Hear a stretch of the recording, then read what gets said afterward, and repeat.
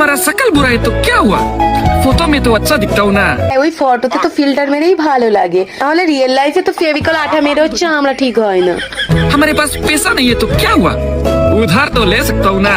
ও তার মানে তুই লোকের কাছ থেকে টাকা পয়সা ধার নিস, তাই বলি যে ইয়ে কেন রেস্টুরেন্টে গিয়ে বেঁচে যাওয়া খাবারগুলো বাড়িতে নিয়ে চলে আসে।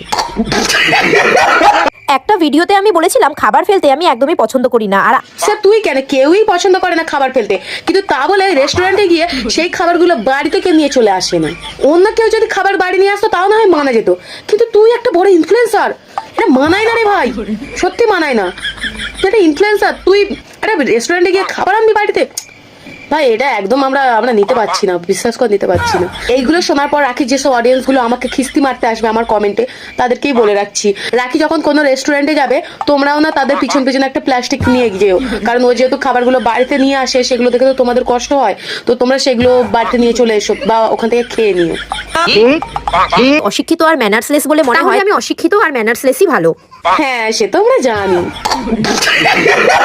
কেন আমি বিয়েতে পাওয়া জিনিস বিক্রি করলাম? এই সালা আজকাল মানুষ বিয়েতে পাওয়া জিনিসগুলো বেঁচে খাচ্ছে। বলছি রাখি দিদি বিয়েতে যা খরচা করেছিলে সেই সবের খরচা তো গাদা গাদা বিয়ের ভিডিও পোস্ট করে তো তুলে নিয়েছো, এখনো কি তোমাদের স্বাদ মিটছে না নাকি? সেই জন্য শেষ পর্যন্ত বিয়েতে পাওয়া গিফট গুলোকেই বিক্রি করে খাচ্ছ।